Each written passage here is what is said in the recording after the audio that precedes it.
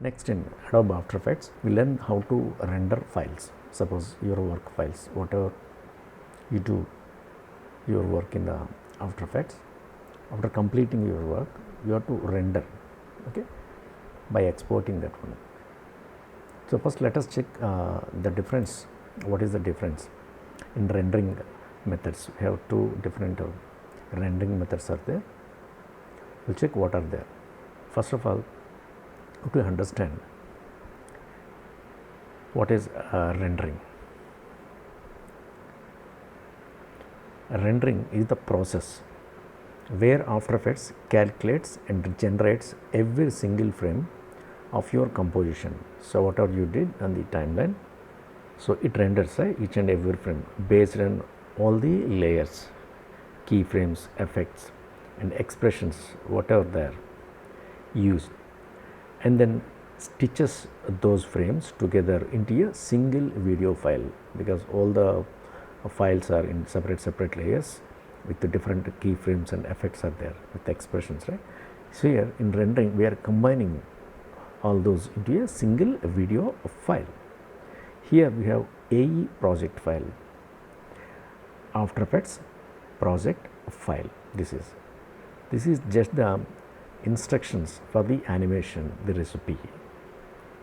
A rendered video file, MP4 or movie file. This is the finished dish, the final one, the final playable product. Okay. And here we have another method. It's the second one, introducing Adobe Media Encoder, AME. It is called a shortcut, Adobe Media Encoder. In older versions of the After Effects, you render directly inside the program. That means in the After Effects itself, you rendered, right? Now, the professional standard is to use Adobe Media Encoder. Is another software from the Adobe. It's called Adobe Media Encoder. Okay. In this, you can render, or otherwise directly in the software, in the After Effects itself, you can render. So what is the difference between these two methods? First, let us check the After Effects render queue and Adobe Media Encoder. The first, why use it? After Effects render queue, why use it? For quick uncompressed test draft renders. So you have to render very quickly in an uncompressed manner. For the draft method, we use this one. Adobe Media Encoder for all final deliverable professional output. This is the final and the finest outputs we'll get from the media encoder. So here the function in the After Effects render shows down After Effects while rendering, right? So it slows down because it's taking the button into After Effects software, so automatically it slows down. But here renders in the background, not directly by using your software background. So automatically that will give the freedom, allowing you to continue working in After Effects on another project. So in background it renders. You can work simultaneously with another project in After Effects. And here the compression method is a poor codec support, can create huge files, right?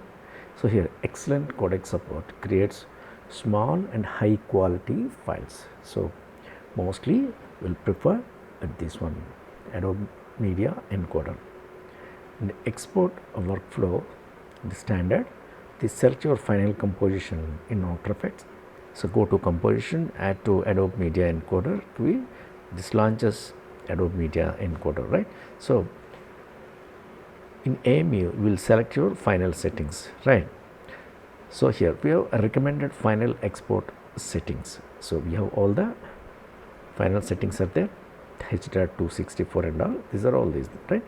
So practically, let us understand what all these. Yeah, this is my Adobe After Effects, and this is the composition already created. Okay. So, in a simple animation we create, so that too in a text based. Yeah, I use the letter render.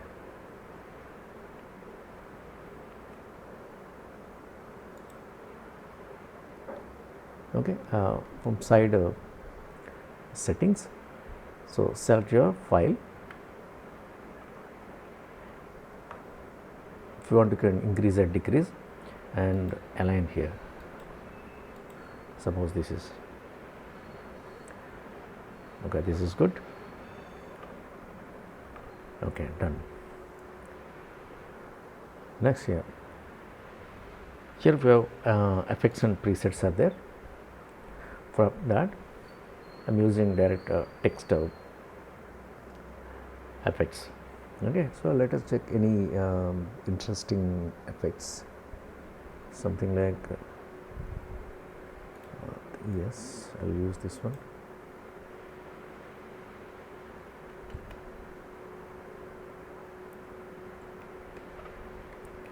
It's not looking good. I'll go with another one.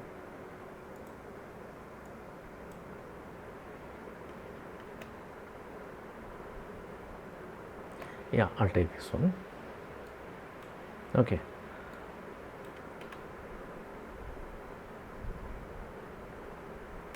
Okay, done. Now I have to render this one, right? So first select only this area.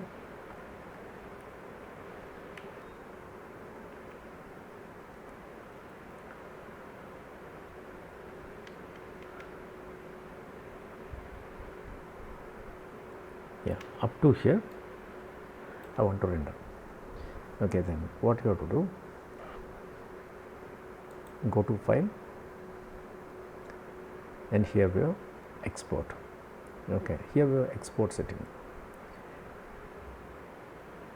This is add to Adobe Media Encoder queue, right? So the second one, add to render queue. So we are using this one. The next I'll explain about this media encoder, right? So we are using add to a render queue. So click on this. Okay, if you view here, display the current render settings here. Okay, the render settings here is showing best settings. So click on that. The quality it is showing a draft, wireframe and best. Of course, take this at the best only. The draft means the rough and the wireframe not required right now, and keep this size. The disk cache, the read only, keep as display. Keep these settings, and work area only this much work area. We already specified that work area. Keep this all settings normally, say okay. Now here the bottom, the output material H.264 match render settings. So click on that. It is showing the format is very important, right? You have different formats are there. So depends on our requirement, we have to use all these things, right? For the QuickTime or PNG sequence. In the coming classes, I'll explain how to use the PNG sequence or GIF transparent exporting method. Okay, so for the quality and less file size, always use H.264, right? So this is this one, and the channels are RGB, so millions of colors. So keep this as Disney, and here the format options. Suppose these are the format options, and here is very important thing is encoding settings, performance, hardware encoding and software encoding. Suppose if you have powerful graphic card, so always use hardware encoding. With this, what we do with the hardware encoding, it utilizes a available NVIDIA graphic card hardware for quicker encoding. Choose software encoding to disable hardware encoding, which may increase encoding times, right. So, if you have powerful graphic card, always preferable to use NVIDIA hardware. Okay. So, keep this as it is, and the bitrate is enough. Okay. And suppose these are the setting, keep this as it is and say OK. Say OK. Now, here we have to give the location where you have to save this file. Suppose I am using my desktop here, give the name, the text animation, okay, and the save as type HDR264, already we given that one, and save. And next here there is a render button, click on that. So, when you click on that, it is rendering, okay, because it is a small file size.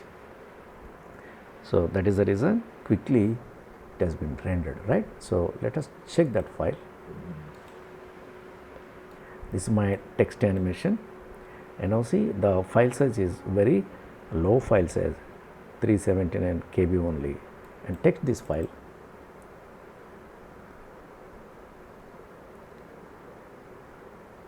This is nice, right. So, make it loop, so you will understand.